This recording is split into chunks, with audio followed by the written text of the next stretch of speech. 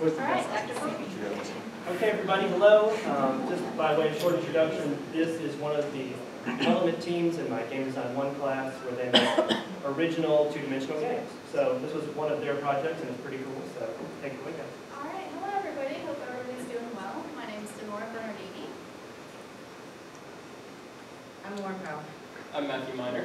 And we're going to be presenting a physics-based video game that we developed in our Game Design 1 class last semester. It's called Think Outside the Shapes, Neon Style, as you can see. And it consists of multiple levels where the player has to achieve preset goals. Oh, and I was in charge of level design and art. I did mostly the programming. I did some of the programming and a lot of the physics that we had to tinker with the in-game physics engine. So the best way we can present this really is to have a volunteer come and play it. So volunteer, right? Awesome, awesome. No judgments. So you're gonna Okay. some combo. All right. Got it? Okay, and then so you can go ahead and press enter there.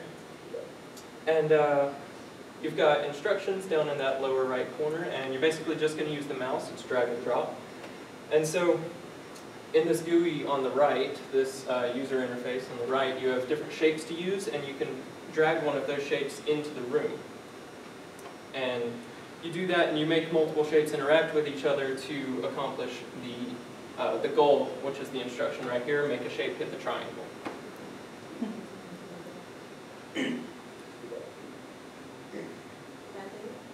Not yet. So it's going to hit this triangle right here. Yeah. Okay.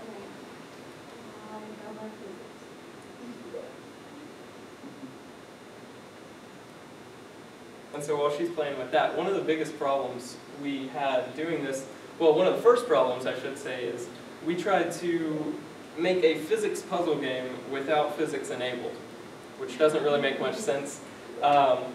But we were just trying to change speed variables to move objects around, and that wasn't working out how we wanted it to, and we were new to Game Maker. So we started Googling our problems, and we found that Game Maker has an in-game physics engine that you can just turn on. You can turn on physics in the room, and that's right here. And that'll control gravity in the room and different dimensions like that. Oh, yes, sorry. This is a little hard to see, but you can use this rectangle too. This purple. Yeah.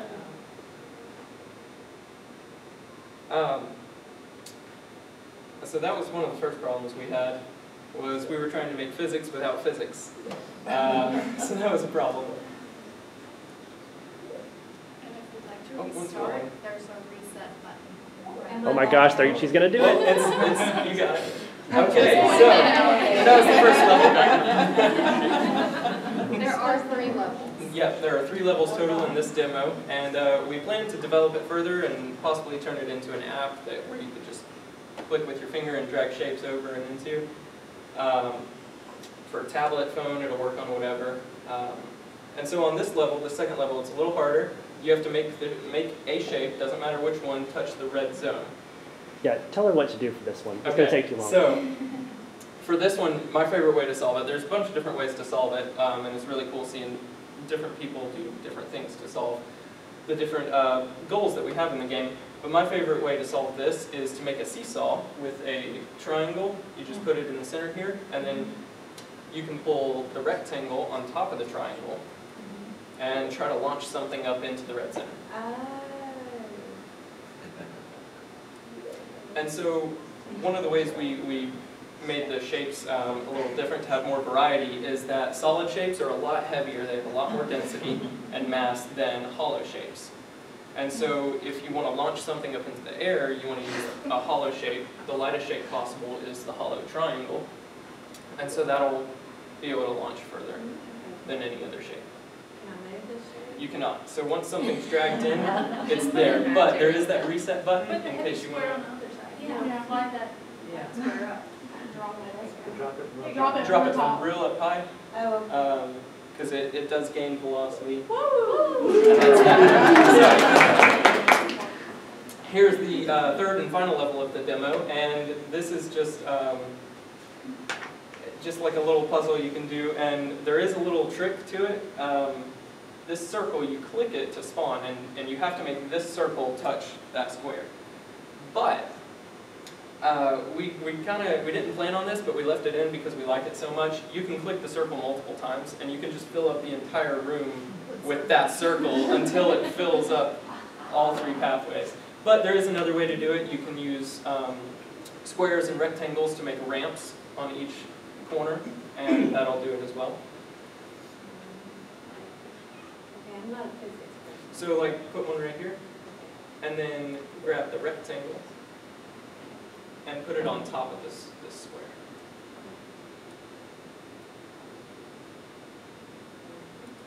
Yep, and then you can do that in this corner and this one as well. And then when you drop the circle, when you click on the circle, it'll drop, and it'll just go down the ramps and run into that last square.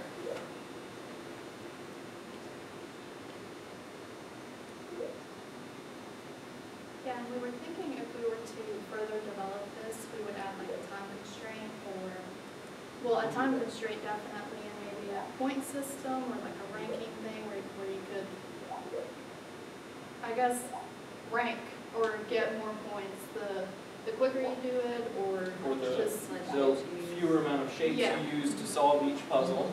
And that's our demo. Okay. So thank you for playing. And so yeah, we want to develop it further. We want to make it an app, and like she said, we'll add more incentive to use less objects to make it harder. There will be like a star system, point system, something, and then we've also got a lot of new elements that we want to put in. So there will be like fans that are blowing objects up, and like they'll hover there, and you got to hit them off, stuff like that. We've got a lot of ideas for further development. But that's what we have so far. So, thank you.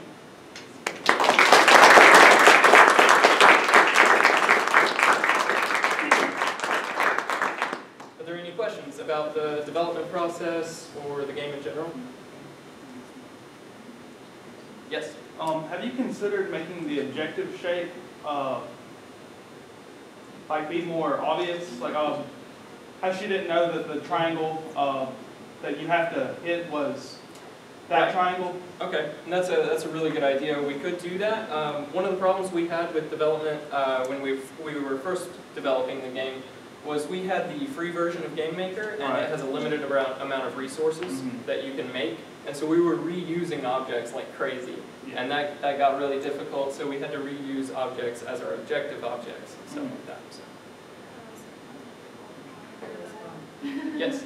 Can you change the physics of it? So you said you got gravity in there. Can you change the gravity and different features within that? Yes, we can. One of the level designs I want to implement will be one where gravity changes depending on what wall the shape is on. So if a shape touches the left wall, all the gravity will go to that wall. Oh, okay. And it'll really throw the player off. It sounds fun. But. There was another idea. I had a physics teacher one time. We did the math on it. There's an old book called Rendezvous with Rama. It's a space station that's going circular to create gravity on the outside of it, so that gravity does weird things when you throw a ball straight in a spinning cylinder that has gravity on it. Yeah, we could implement something like that. Add some space levels. I don't know how much they have in the physics component. Or maybe, if you're getting points or whatever, you could cash those in for some lesser gravity or something, so your shapes bounce. See, and we thought about a point system where you could buy shapes. You start off with a certain amount of points, and you have to buy shapes as you use them. And so that would limit the amount of shapes you have to use, but I like that a lot, because we weren't going to go with that idea. Awesome anti-gravity boots. Yes. That's a good one. I like it. Give us more ideas. Sound effects. Sound effects? Well, we had sound effects, but I didn't know if I turned it up too loud, if it would be too distracting from talking. But there's not a lot in there, but there is a few. Yeah. Yeah, another girl was in our team, and she wasn't here to present with us, but she's the one that kind of dealt with the sounds, and she found the background music and the different little sound effects for the shapes. Oh, so there's little bloops and bleeps.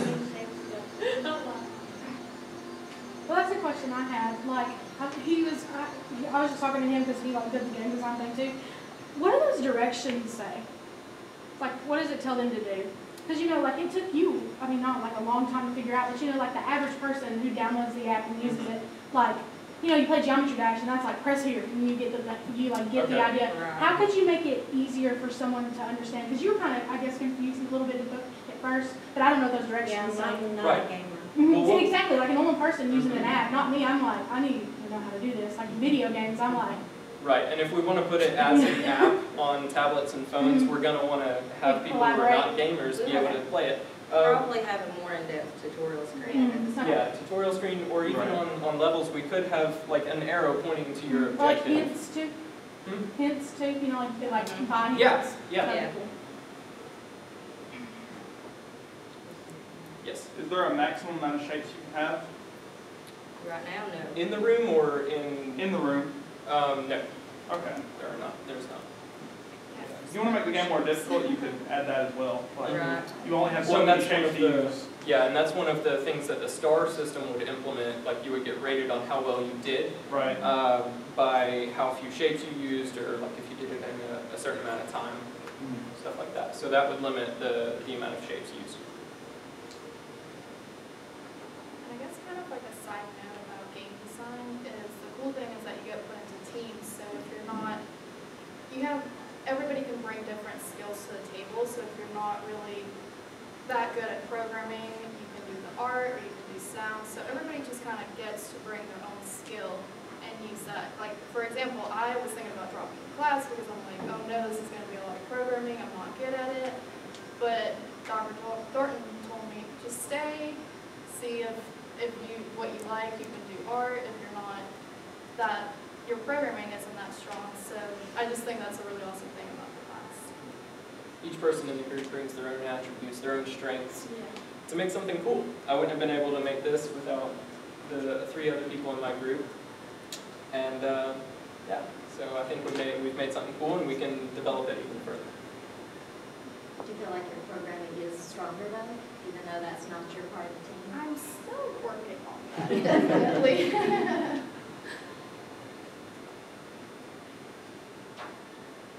Other questions?